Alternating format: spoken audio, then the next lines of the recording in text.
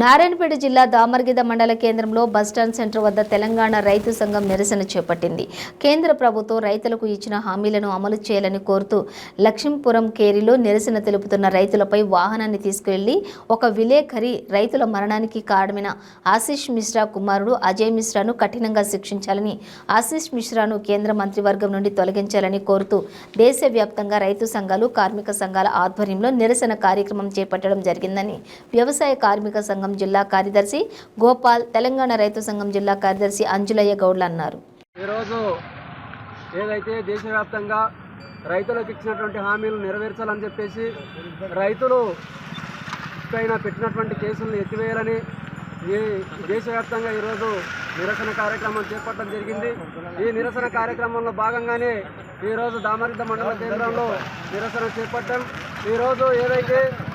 ఈ కేంద్ర ప్రభుత్వం 2021 సంవత్సరంలో కరోనా సందర్భంలో